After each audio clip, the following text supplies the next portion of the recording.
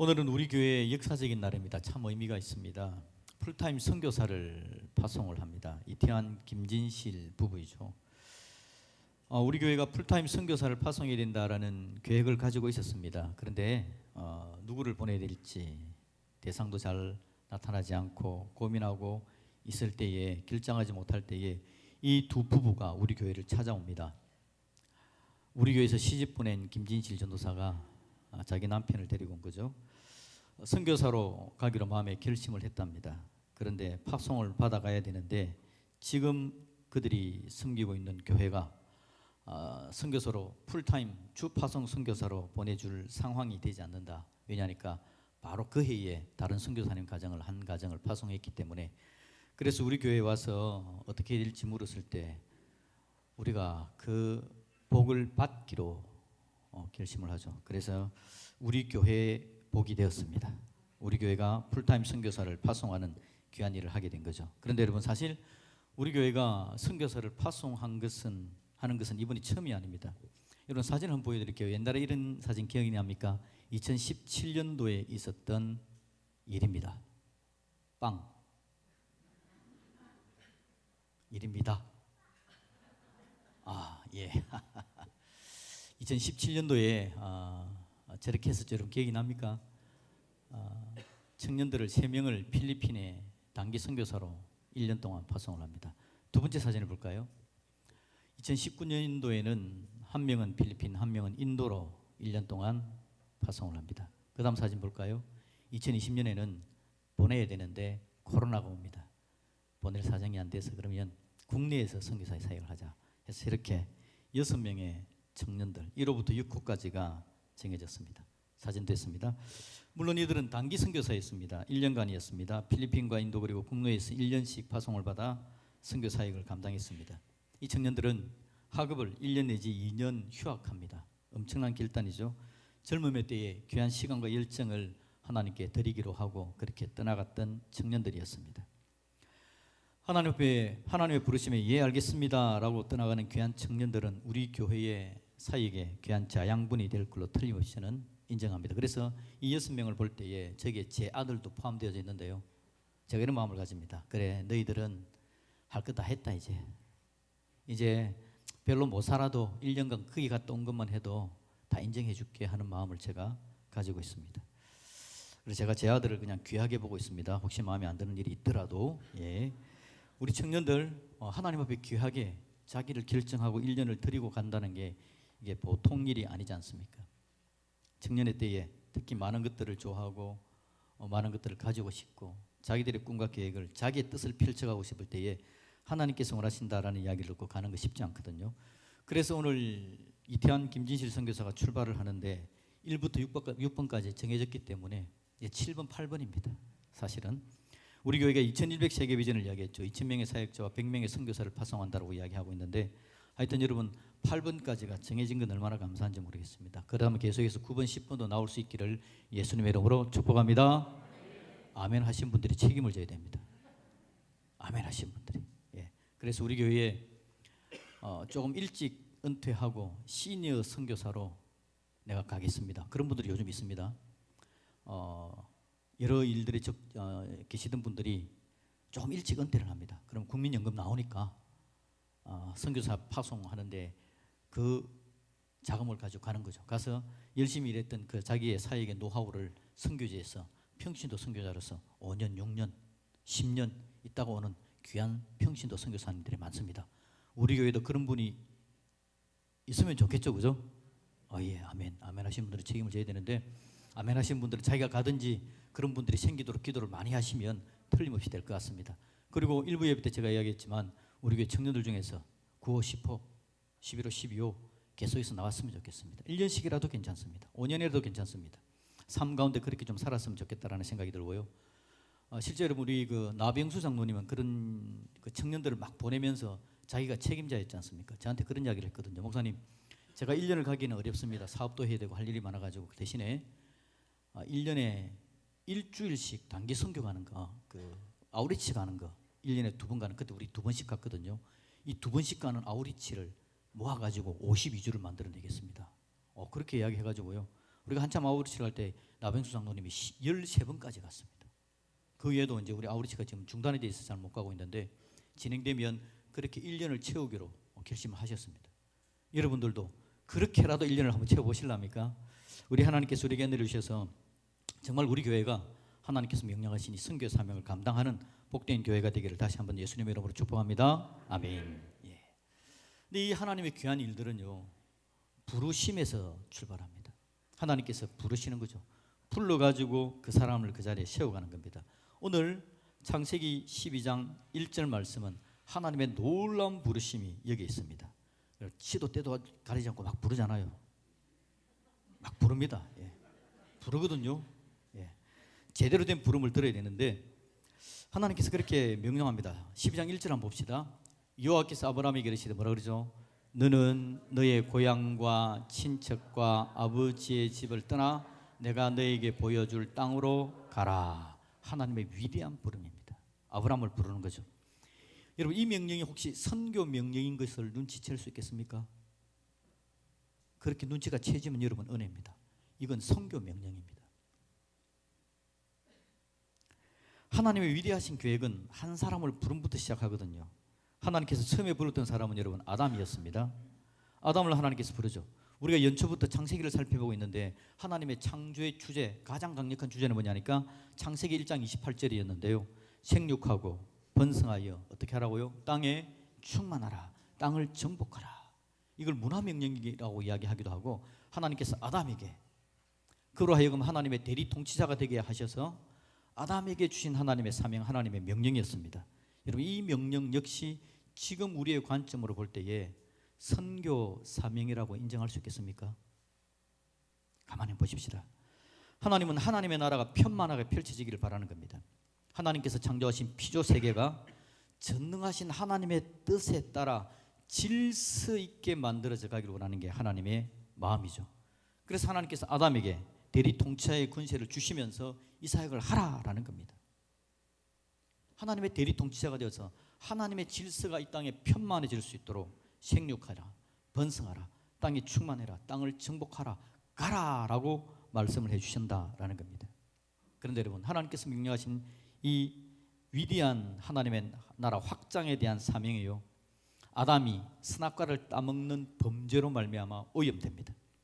하나님의 뜻에 따라서 하나님의 뜻에 따른 질서를 다스려 가야 되는데 아담이 하나님을 떠나버립니다. 그리고는 하나님의 뜻이 아닌 자기 뜻대로 다스리려고 한 거죠.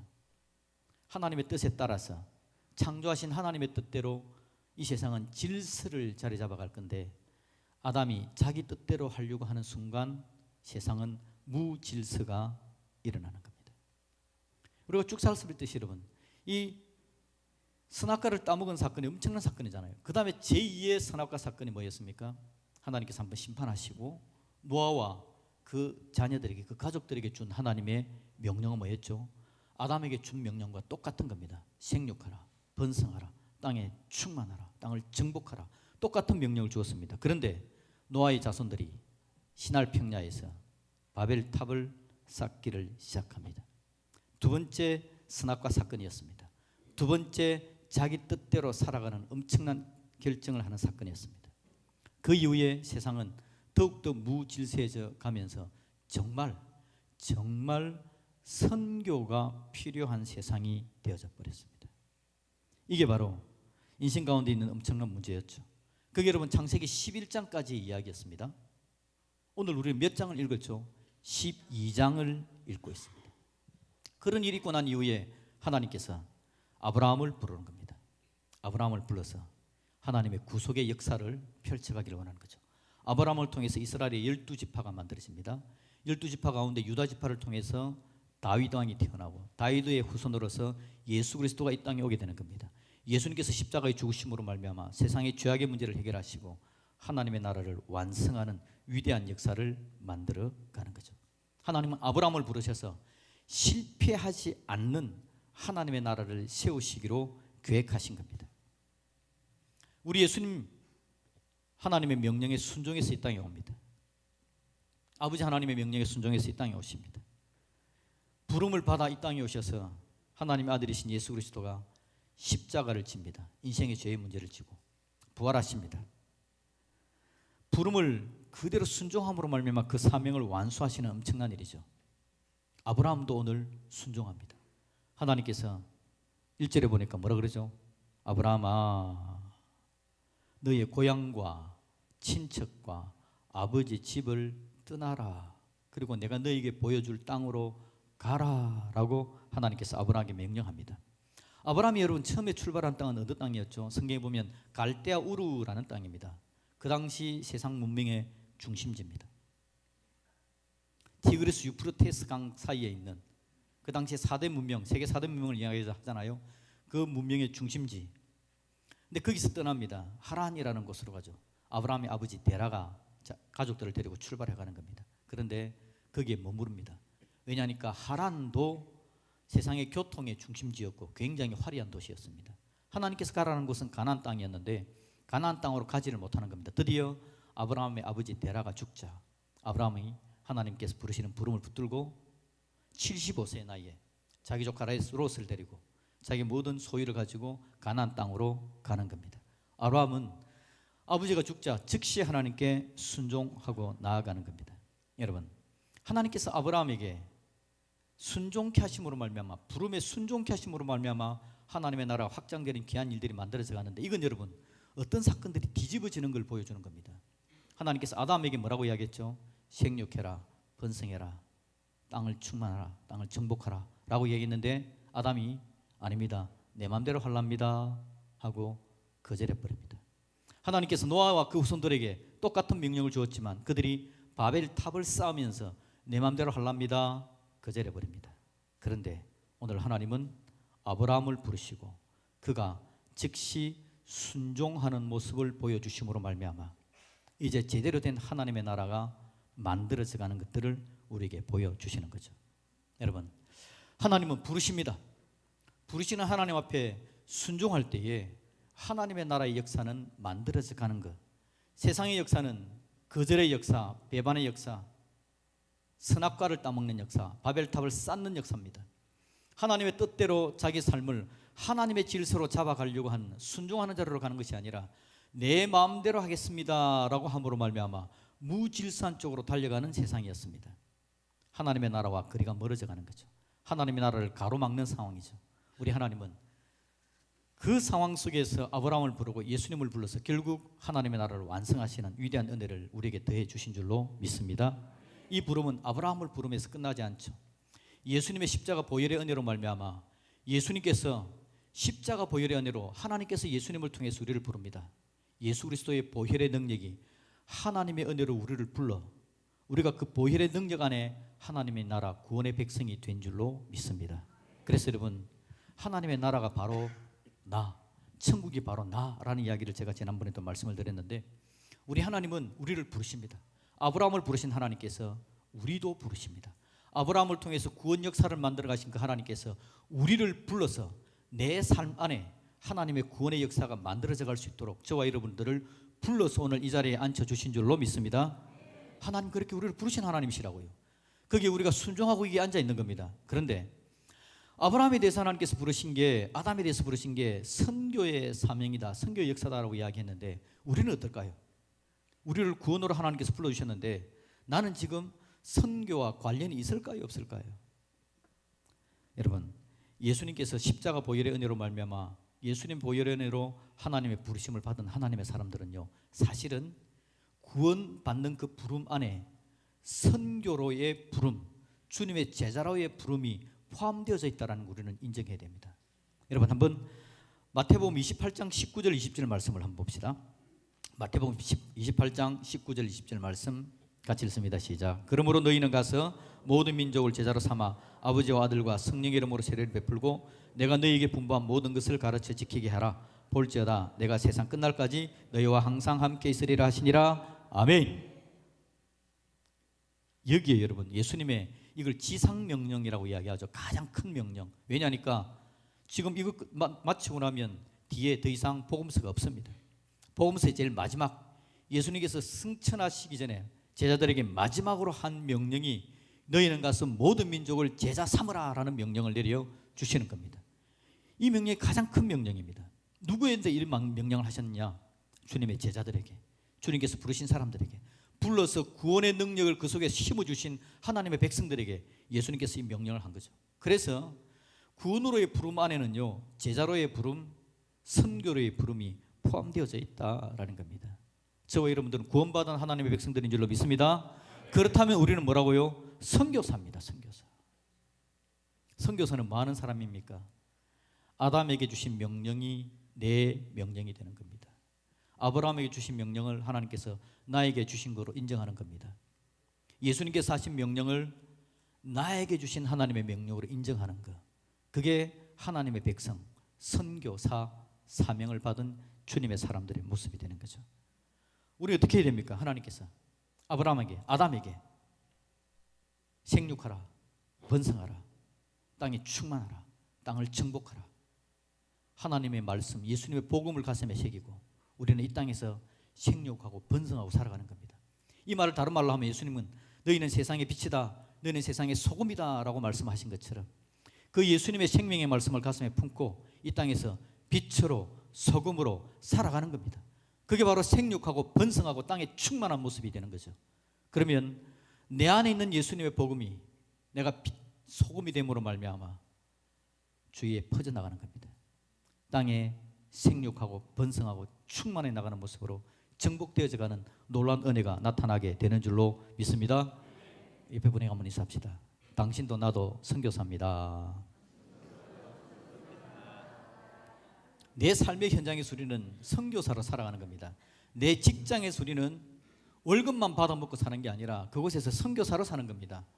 직장이나 학교에 학생들이 다니고 있다면 그 학교도 하나님께서 선교사로 나를 거기에 보낸 겁니다. 그래서 나만 공부 잘하고 나만 똑똑한 걸로 끝나는 게 아니라 내가 살아가는 삶을 통해서 내 옆에 있는 사람이 하나님의 은혜를 알게 된다면 우리는 아담에게 명령한 그 명령을 제대로 순종하는 믿음의 사람이 되는 줄로 믿습니다.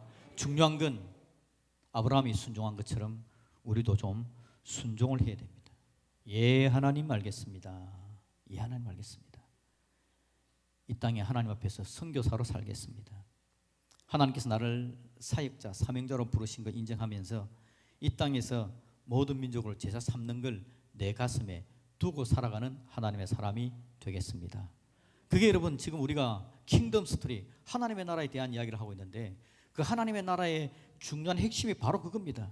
하나님의 나라가 뭔 줄 알고 그 하나님의 나라를 내 가슴에 새겨놓고 그 하나님의 나라 사람으로 우리가 이 땅을 살아가는 것, 그게 바로 선교 사역이다라는 거죠.